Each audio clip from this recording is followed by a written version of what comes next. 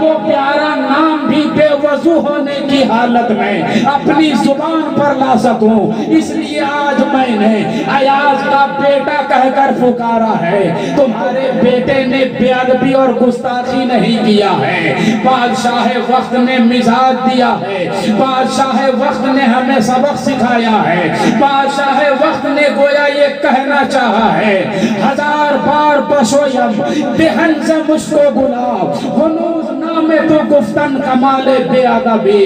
بادشاہ گویا یہ کہنا چاہتا ہے کہ اسم پاک رسالت پیغمبر کا پیارا مقدس نام اتنا مقام بلند رکھتا ہے کہ اگر ہزار بار بھی مشکو گلاب سے اپنے منہ کو وضو کراؤں تو بھی ہمارا منہ اس لائق نہیں ہو سکتا کہ نبی کا مقدس نام اپنے منہ سے لے سکوں۔ نبی کا مقدس نام جب اتنا مقدس ہو سکتا ہے، اتنا عظیم ہو سکتا ہے، تو نبی کی سراپا ذات کتنی عظیم ہوگی، نبی کی ذات کتنی بلند و بالا ہوگی۔ اس لیے مسلمانوں، اس نبی کی ذات کی عظمت کے اظہار کے لیے جہاں تک ہو سکے بڑھ چڑھ کر کے جشن آمد سرکار مناؤ، جلوس محمدی کا اہتمام کرو، اور یاد رکھو اس نبی کی بارگاہ کا تقاضا ہے، اس نبی کی بارگاہ کی عظمت اور ادب کا تقاضا ہے۔ ادب گاہ زیر آسماں ازرش نازک تر نفس گم کردہ می آیت جنید و بایزیدی جا۔ بات سمجھ میں آ رہی ہے کچھ؟ بارگاہ نبی وہ بارگاہ ہے، حضرت جنید بغدادی ہیں، حضرت جنید بغدادی ہیں، حضرت بایزید بستامی ہیں۔ بارگاہ نبی میں، جب بارگاہ نبی میں نبی کے وصال فرمانے کے بعد، اپنی قبر انور میں آرام فرمانے کے بعد، مدینہ طیبہ میں روضہ رسول پر ایسے ایسے بڑے بڑے ولی حاضر ہوتے ہیں، تو اس شان سے حاضر ہوتے ہیں کہ بارگاہ نبی میں زور سے سانس لینے کو بھی بے ادبی سمجھتے ہیں۔ وہ یہ سوچتے ہیں کہ تیز انداز میں اگر سانس لوگے تو کہیں بارگاہ نبی میں بے ادبی نہ ہو جائے۔ ادب گاہ زیر آسماں از عرش نازک تر، عرش سے بھی زیادہ نازک بارگاہ نبی ہے۔ بارگاہ نبی میں اتنے بڑے بڑے ولی جب سانسیں روک کر حاضر ہوتے ہیں، تو نبی کی بارگاہ میں اگر ہم حاضری دیں، جلوس محمدی کا انعقاد کر کے بارگاہ نبی میں اگر ہم حاضری دیں، جلسہ عید میلاد سجا کر کے، تو کتنے ادب و احترام کی پاسداری کرنی ہوگی۔ جلوس محمدی کا اہتمام کرو، لیکن یاد رکھو ڈی جے نہ بجانا، ڈی جے نہ بجانا، اس لیے کہ ڈی جے کی آواز پیغمبر کو ناپسند ہے، ڈی جے کی آواز نبی کو ناپسند ہے، ڈی جے کی آواز سے نبی ناراض ہوا کرتے ہیں۔ اگر ڈی جے کے ساتھ بارگاہ نبی میں ادب خراج عقیدت پیش کرو گے، جلوس نکال پر پیش کرو گے، نبی ناراض ہو جائیں گے، بارگاہ نبی کے تقاضوں کے خلاف ہوگا۔ نبی کی بارگاہ میں تمہارے ادب و احترام کا تقاضا یہ ہونا چاہیے، انداز یہ ہونا چاہیے کہ نبی بھی راضی ہوں، ان کا رب بھی راضی ہو۔ بارگاہ نبی میں خراج عقیدت پیش کرنے والوں، نبی کی بارگاہ میں صلاۃ و سلام پیش کرتے ہوئے حاضر ہو۔ ہلڑ نہ مچاؤ، ہنگامی ماحول نہ بناؤ، نبی کی بارگاہ میں عقیدت و محبت پیش کرو تو بڑے با ادب انداز میں صلاۃ و سلام پیش کرتے ہوئے جلوس میں شرکت کرو۔ ہم دیکھتے ہیں ہمارا نوجوان طبقہ ہلڑ بازی سے بھی کام لیتا ہے۔ ادب کا دامن تھامے رکھو، بارگاہ نبی میں ادب کے ساتھ صلاۃ و سلام پیش کیا ہوا تمہارا یہ عمل اگر قبول ہو گیا تو تمہاری یہ دنیا بھی کامیاب ہو جائے گی، عقبہ بھی کامیاب ہو جائے گی۔ شرط یہ ہے کہ اخلاص کے ساتھ ادب و احترام کا دامن تھامتے ہوئے شریعت مطہرہ کے حدود میں رہ کر غیر شرعی چیزوں سے پرہیز کرتے ہوئے، ڈی جے کی شریعت اجازت نہیں دیتی۔ باجا کی اس میں آواز آتی ہے، باجا بھی اس میں شامل کر دیا جاتا ہے۔ نعت کی آواز آتی ہے، باجے کے ساتھ آتی ہے۔ نعت رسول ضرور عبادت ہے، پڑھنا بھی عبادت، سننا بھی عبادت، لیکن جو اس میں باجا شامل کر دیا جاتا ہے یہ شریعت کو پسند نہیں، یعنی نبی کو پسند نہیں، رب کو پسند نہیں۔ پسند وہ کام ہے جو شریعت مطہرہ کے حدود میں ہو، دائرے میں ہو۔ اس لیے سب سے بہتر طریقہ یہ ہے کہ سادگی کے ساتھ، بڑے ادب و احترام کے ساتھ، جلوس محمدی میں صلاۃ و سلام کے ساتھ، بلا باجے کے نعت نبی پیش کرتے ہوئے جلوس محمدی نکالیے، آپ شرکت کیجئے، صلاۃ و سلام بھی پڑھیے، نعت پاک بھی پڑھیے، میلاد النبی کا ذکر بھی کیجئے، گلی کوچوں کو سجائیے، اور آمد سرکار کا جشن منانے کے لیے جتنا بھی بڑھ چڑھ کر کے آپ آرائش و زیبائش کریں، محلوں کو سجائیں، یہ سب کا سب تعظیم نبی کے کام ہیں۔ انشاءاللہ اگر رب العزت نے اسے قبول فرمایا تو یہ ہمارے لیے بخشش کا ایک بہترین سامان ہوگا۔ وَتُعَزِّرُوهُ وَتُوَقِّرُوهُ، رب کا یہی پیغام ہے۔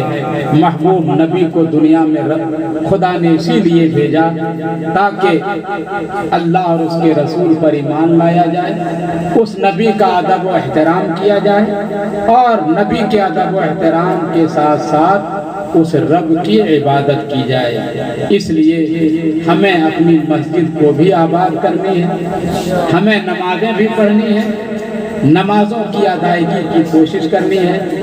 ہم کوشش کریں کہ نیاز بھی کریں، نماز بھی پڑھیں، میلاد بھی کرائیں، نماز بھی پڑھیں۔ نماز اہم ترین عبادت ہے۔ اللہ رب العزت ہمیں کہنے سے زیادہ عمل کی توفیق عطا فرمائے۔